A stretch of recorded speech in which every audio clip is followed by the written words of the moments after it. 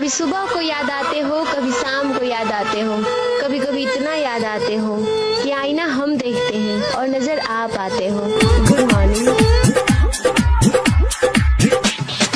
जहिया तू जइबू दोसरा घर, मंगिया में से नूरा सजाई, दोसरा के नाम के मेहंदी तू हाथवा में लगाई।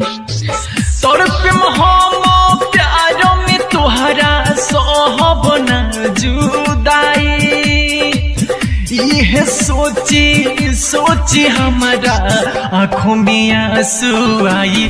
दीवाना तोहर मर जाई कि कोहता जहर खाई। दीवाना तोहर मर जाई कि कोहता जहर खाई।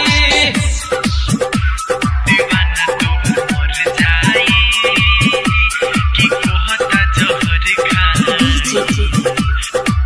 विद्यावासिनी रिकॉर्डिंग स्टूडियो दिल्ली।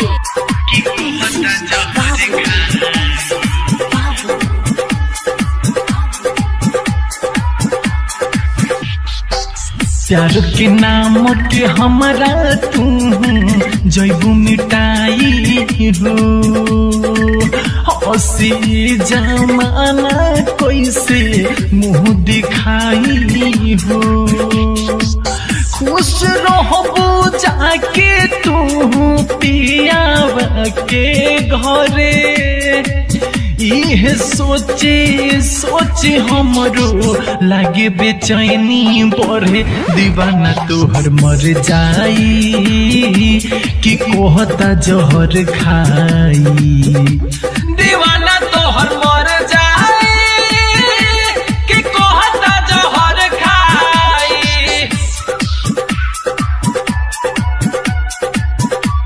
दीवाना तोहर मर जाई कि कोहता जहर खाई।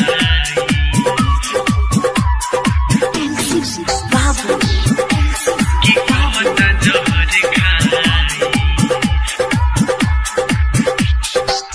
वादा के वादा तोर दिहलू हो, काहे तू एमडी उजाला के छोड़ दिहलू हो। भूल न पाई बस कित राजू आँखों में आंसू बहाई। कोई राम बाबू साथे कोइलू तू सगाई। दीवाना तोहर मर जाई कि कोहता जहर खाई।